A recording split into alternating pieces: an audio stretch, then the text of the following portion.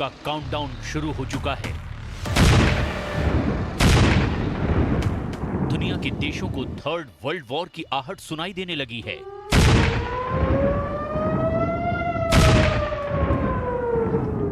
ऐसा इसीलिए क्योंकि ईरान ने अपनी ताकत दिखाने के लिए ऐसे देश को चुना है जो बदला लेने के लिए कुख्यात है।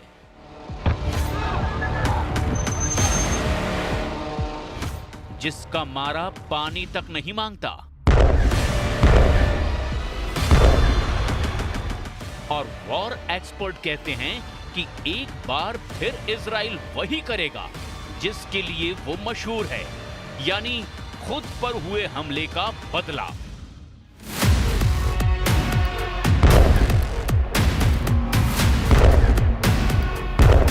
बदला और सिर्फ बदला। इजराइल पर ईरान का ये हमला कब होगा?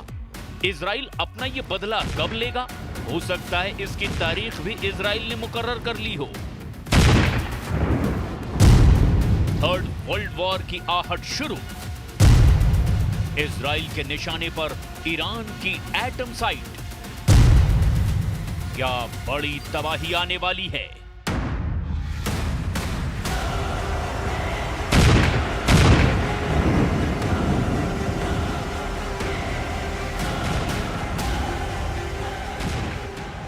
ईरान और इजराइल के बीच हर गुजरते दिन के साथ साथ अब हालात खराब होते जा रहे हैं। करीब 200 मिसाइलों से इजराइल पर हमला करके ईरान ये बता चुका है कि वो क्या कर सकता है, लेकिन इजराइल ने अपने पत्ते अभी नहीं खोले हैं, यानी इजराइल का बदला अभी बाकी है।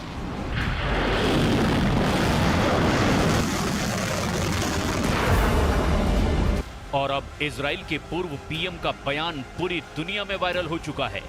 इजराइल के पूर्व प्रधानमंत्री रह चुके एहुद बरात ने दावा किया है कि इजराइल ईरान के तेल उद्योग पर बड़े पैमाने पर हवाई हमला कर सकता है। इजराइल उसके परमाणु कार्यक्रम से संबंधित सैन्य लक्ष्य पर प्रतीकात्मक हमला भी कर सकता है।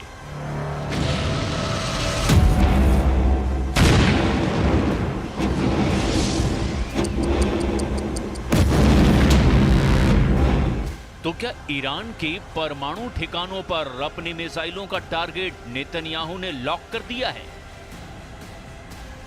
इजराइल के पूर्व प्रधानमंत्री एहुद बराक के इस बयान के बाद से दुनिया के तमाम देश बेहद डरे हुए हैं, क्योंकि दुनिया जानती है कि अगर इजराइल ने ईरान की परमाणु साइटों को निशाना बनाया तो बात इतनी आगे बढ़ जाएगी कि जहां से बात को संभालना फिर मुश्किल ही नहीं, नामुमकिन हो जाएगा।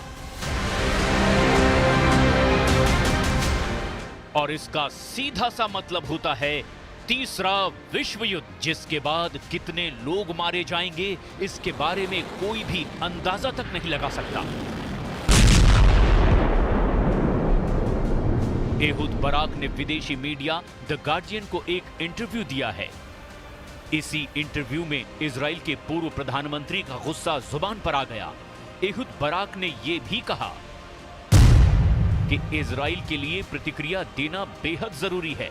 मुझे लगता है कि धरती पर कोई भी संप्रभु राष्ट्र प्रतिक्रिया देने में विफल नहीं हो सकता। ये एक बहुत बड़ा हमला हो सकता है और इसे एक से ज्यादा बार दोहराया जा सकता है।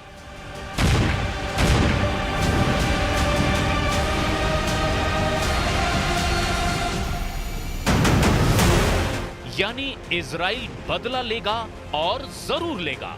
इजराइल पर हुए ईरानी हमले के बाद अमेरिका भी इस बात को बखूबी जानता है कि पूरा इजराइल बेहद गुस्से में है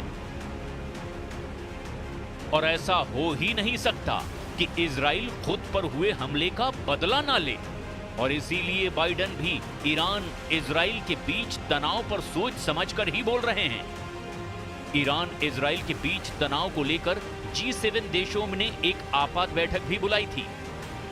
इसी दौरान अमेरिकी राष्ट्रपति जो बाइडेन ने कहा कि वो इजराइल के साथ हैं, लेकिन अगर इजराइल ईरान के न्यूक्लियर साइट्स पर हमला करता है तो अमेरिका इसमें उसका साथ नहीं